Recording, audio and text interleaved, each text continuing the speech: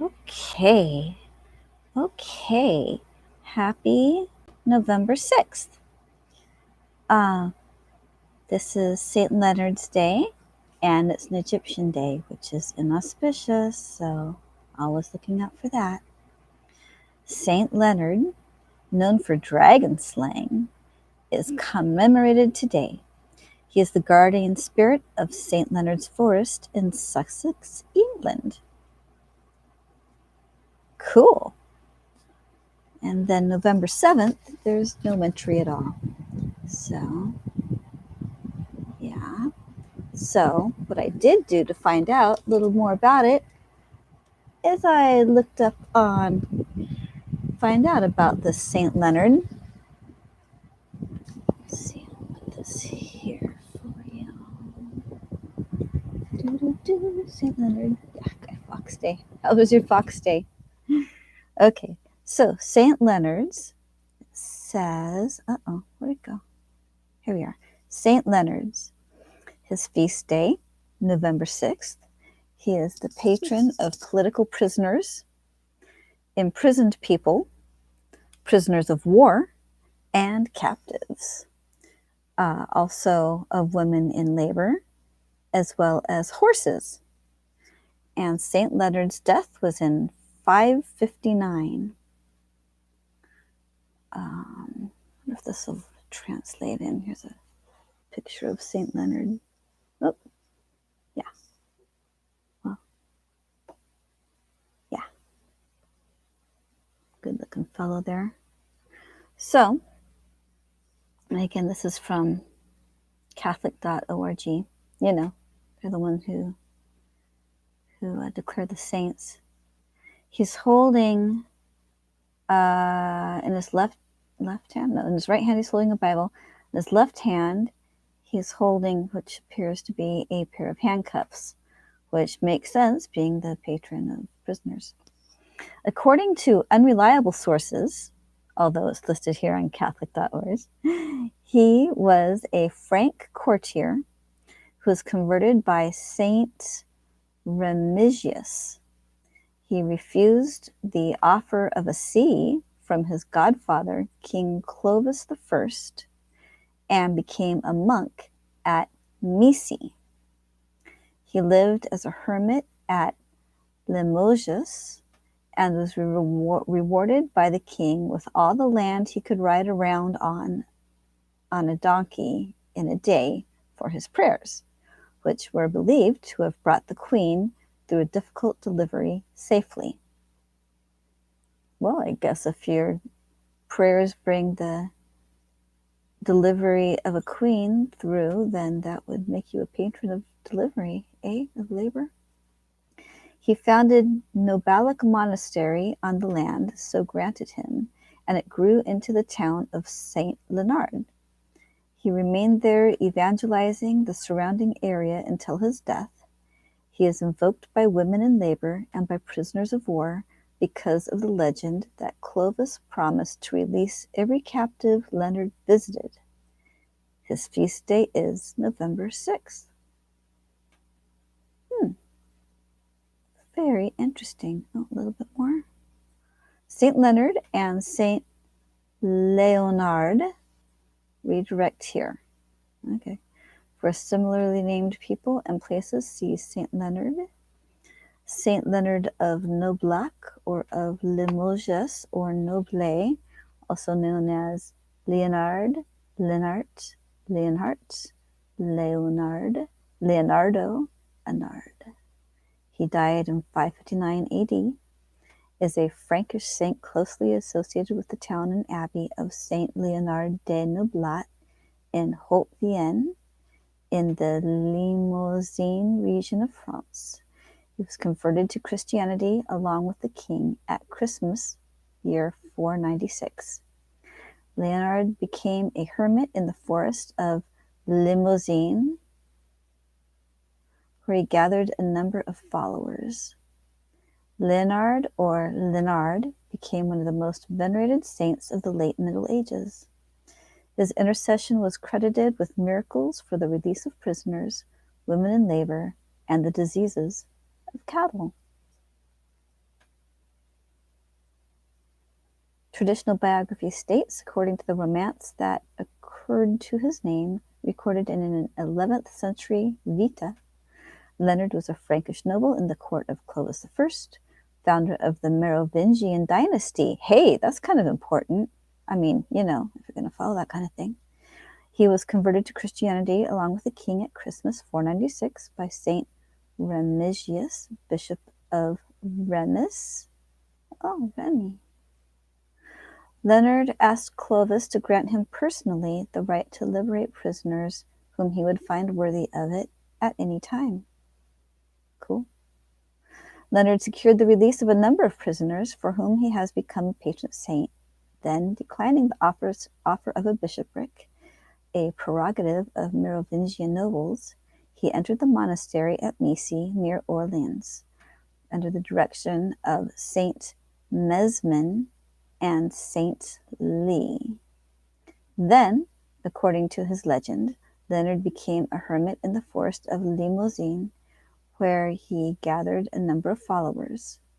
Through his prayers, the Queen of the Franks safely bore a male child, and in recompense, Leonard was given royal lands at Noblac, which says 21 kilometers or 13 miles from Limoges. It is likely that the toponym was derived from the Latin family name Nobilius and the common Celtic element ac, simply denoting a place. There, he founded the Abbey of Noblac, around which a village grew, named in his honor, Saint Leonard de Noblat. According to legend, prisoners who invoked him from their cells saw their chains break before their eyes. Cool.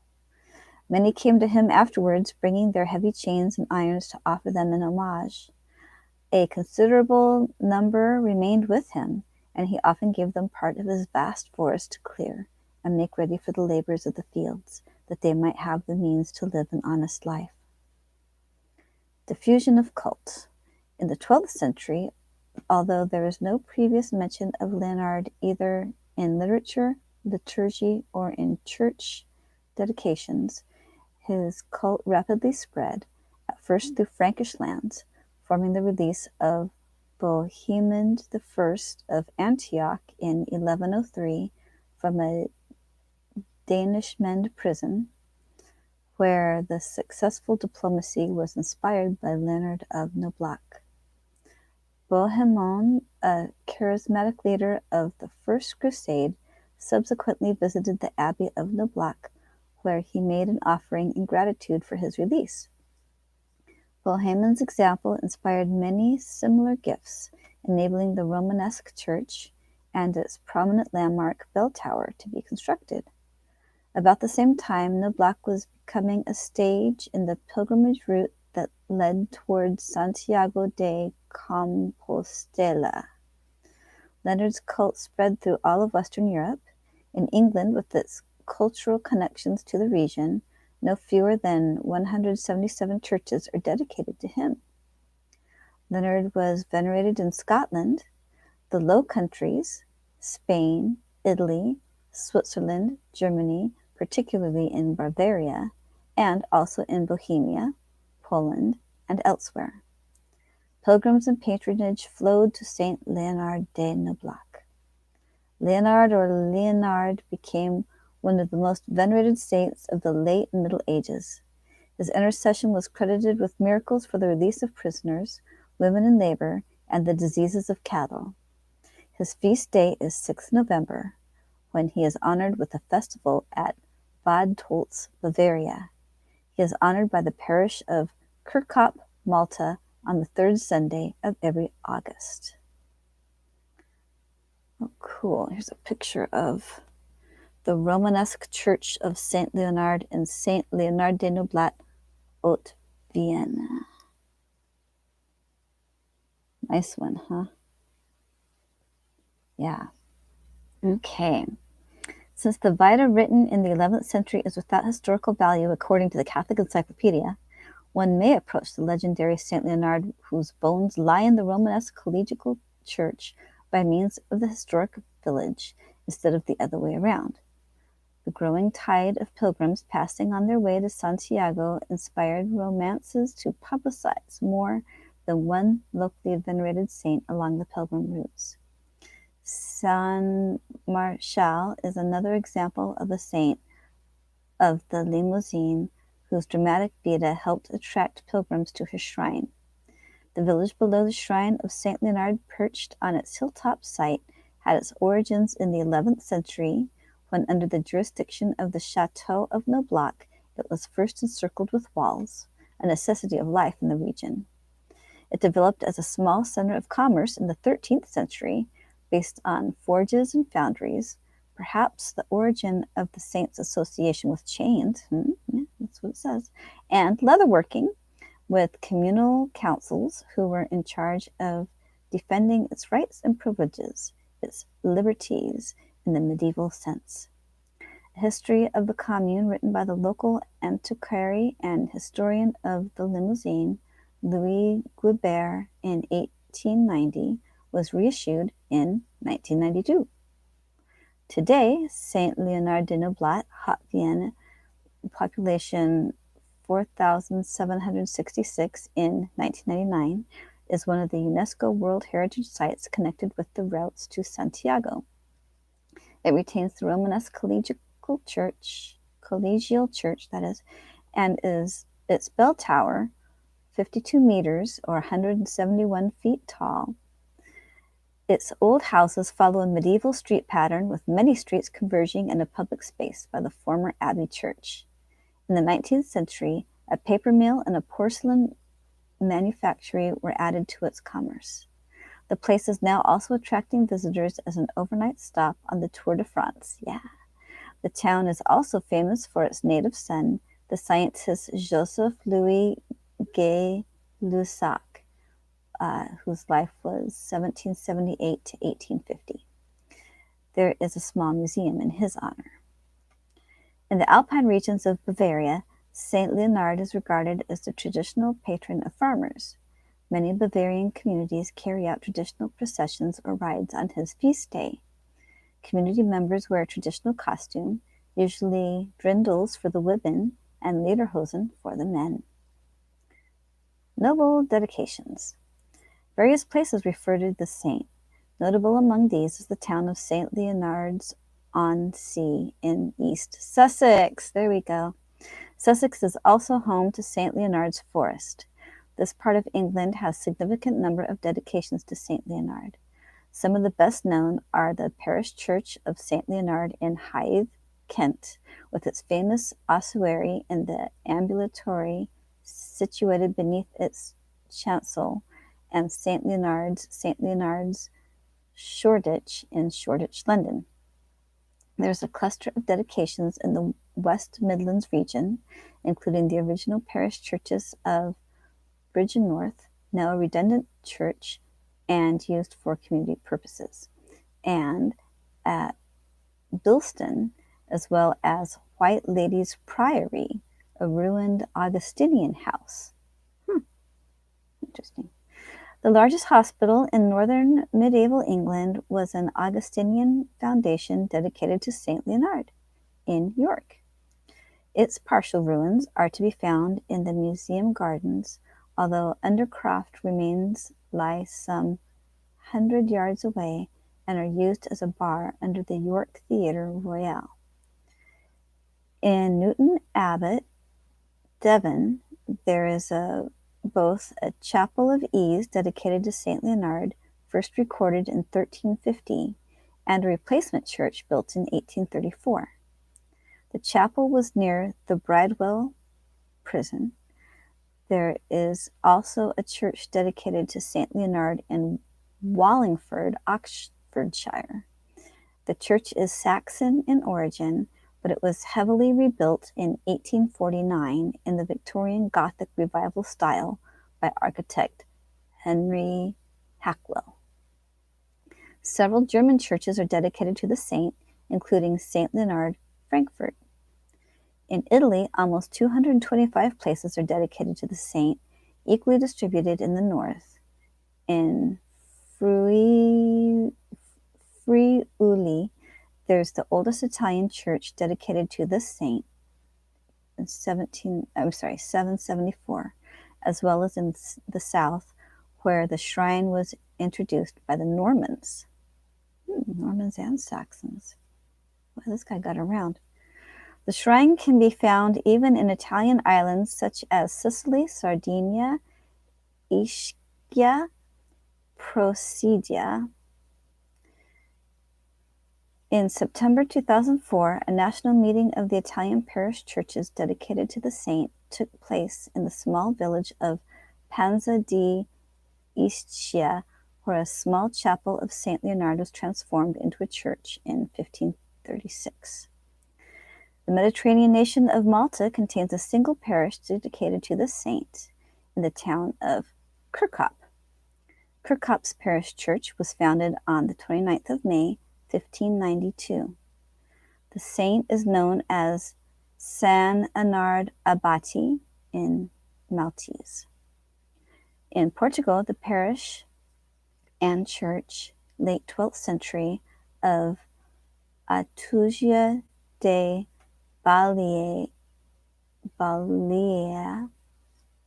Peniche, is dedicated to Saint Leonard. The saint's day is commemorated every 6th November, or the closest Sunday. This is the only parish dedicated to Saint Leonard in the whole country. Cool. And then there's a whole bunch of pictures, which are teeny tiny. And then there is the references and some gifts from the gift shop. And, oh, here's a pretty picture of St. Philoma. I guess just because. Free saint classes, find more saints. Well, that was cool. I didn't expect to find out all of these extra super cool things. Let's look at some pictures.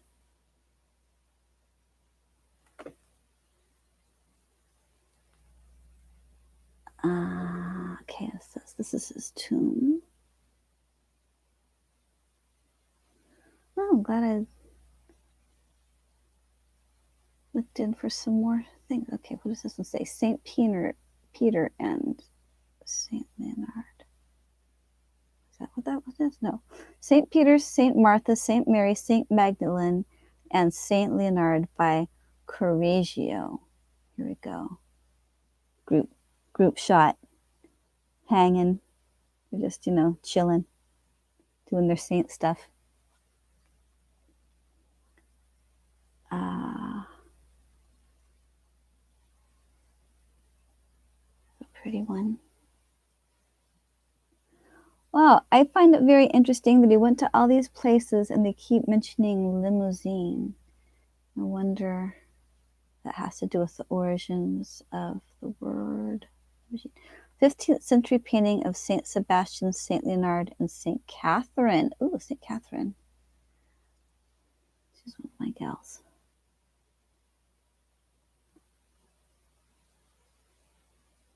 Neat. Well, that was fun. Yay. I hope you enjoyed that. Since, we're here to learn, right? So tomorrow, do what you like. It can be your Saints' Day. All saints. Let's all be saints. What does it take to be a saint? Doing good stuff, looking out for folk, giving prayers and good thoughts, and making the world a better place, right? It's all about helping each other, right? Okay, well, I look forward to learning with you again more next time. So this takes care of the 6th and the 7th, and let's take a date. I'll see you on the 8th. Super love. Bye-bye.